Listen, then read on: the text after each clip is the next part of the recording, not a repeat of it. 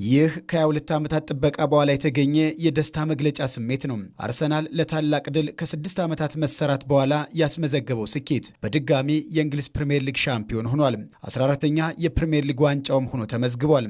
የዘ አትሌቲኩ ጸሐፊ ጄምስ ማክኒኮላስ የአርሰናል የፕሪምየር ሊግ ዋንጫ በልዩ የቡድን ግንባታና በአሰልጣኙ የታክቲክና የሥራ ሊቅነት የተገኘ ታላቅ ስኬት ሲል ይገልጸዋል። ዋንጫው የእውነተኛ የረጅም ጊዜ እቅድ፣ ያልተለመደ ትዕግስት፣ ሽልማቱ እንደዚሁም ለጥቃቅን ጉዳዮች ትኩረት መስጠት ውጤት እንደሆነም ማክኒኮላስ በዘገባው አትቷል።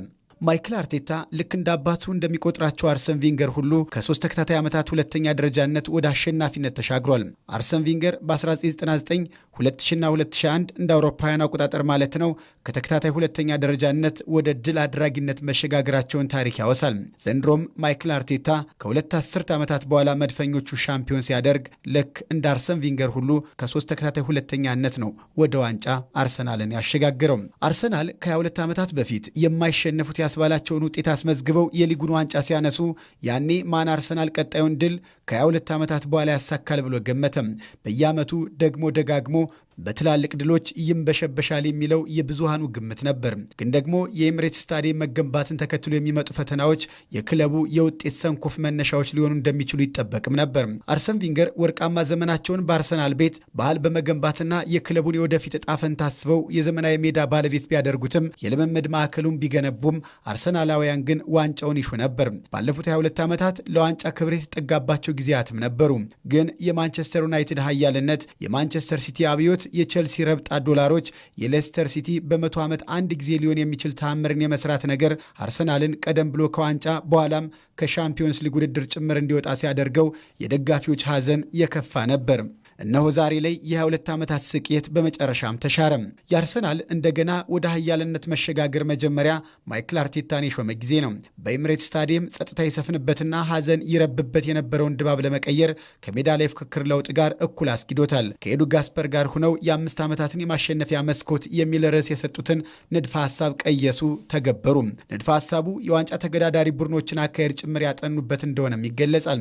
አርሰናል የሚያስፈርማቸው ተጫዋቾች ዕድሜ ከ23 ዓመት በታች ወይም ከ40 ሚሊዮን ዩሮ በታች የገበያ ዋጋ ያላቸውን የማስፈረም ስልትን የሚጠቀም ነበር። ይህ አካሄድ በክለቡ ስራ አስፈጻሚዎችና ባለቤቶች የተረጋገጠ ጭምርም ነው። ይህ ያለምንም ዝንፈት የተፈጸመ ሲሆን ወጣቶቹ ደግሞ ይጎላቸው የነበረውን ልምድም እንዲያገኙ የተወሰኑ ልምድ ያላቸው ተጫዋቾች ተጨምረውላቸዋል።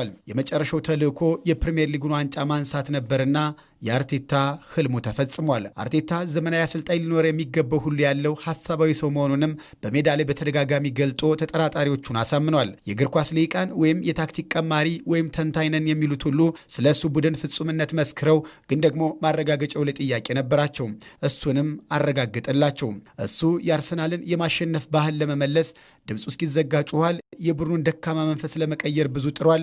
ቶሎ የሚሰበረውን የተጫዋቾች ስነ ልቦና ለመቀየር ብዙ ተጉዟል። በምሳሌ ተናግሯል። በምሳሌ አሰልጥኗል።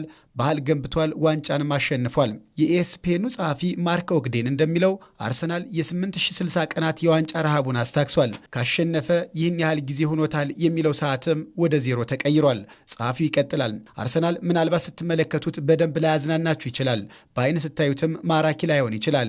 ግን ፕሪምየር ሊጉ የውበት ውድድር አድርጎ አያውቅም ሲልም ይናገራል። ጋርዲዮላ በ10 ዓመታት 6 ጊዜ ዋንጫውን ሲያሸንፍ እንዲሁም የቡድኑ አጫወት ግሩም ተብሎ ቢወደስም ለአጨዋወት ውበቱ ተብሎ ግን ተጨማሪ ሜዳ ላይ አልተሸለምም።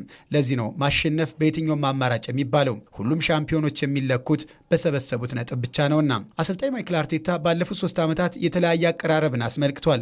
ከ2 ዓመት በፊት ምርጡን ኳስ ምናልባት በአውሮፓ ተጫውቶ ሊሆን ይችላል።